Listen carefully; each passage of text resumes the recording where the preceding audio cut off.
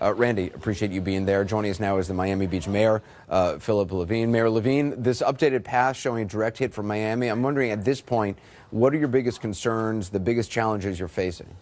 Well, the biggest concerns I have, of course, is people that may not have left Miami Beach. Now, I was on Ocean Drive today, which, as you know, Anderson, is a place where there's parties and clubs and bars and restaurants. It was empty. That's a good sign. The streets are empty. We've been telling people to leave for about 3 days now. I called it a nuclear hurricane because of what we've seen happening in Barbuda and St. Martin and the United States Virgin Islands. So the good thing is that people are listening. My concern is, are there certain people that won't listen, that'll hold themselves up in these buildings? I don't want to see that. And of course, with this hurricane, as a low-lying island that we are, this storm surge is very concerning to all of us. Yeah, I mean, obviously there could be a very big storm surge. How do you prepare for that? I assume you have pumps and things like that?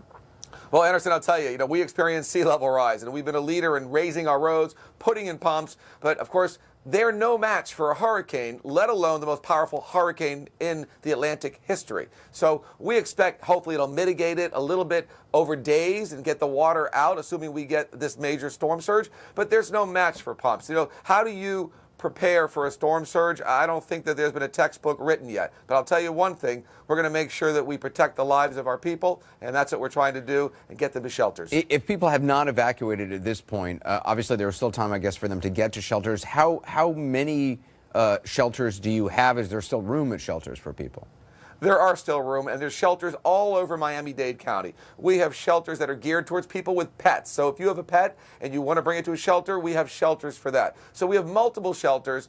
They're not totally full right now. People can get into shelters, and if you somehow don't want to go into a shelter, at least go to the mainland or go somewhere where you have friends or family that you may be at an elevated level that you feel it's a little bit safer. But being on a barrier, low-lying island of Miami Beach, that's what we don't want people to do. And some of them are staying. We're getting them all out as aggressively as we possibly can. There's been long lines, obviously, gas stations. I know the governor talked about police escorts for gas to try to keep stations open longer and get gas to people.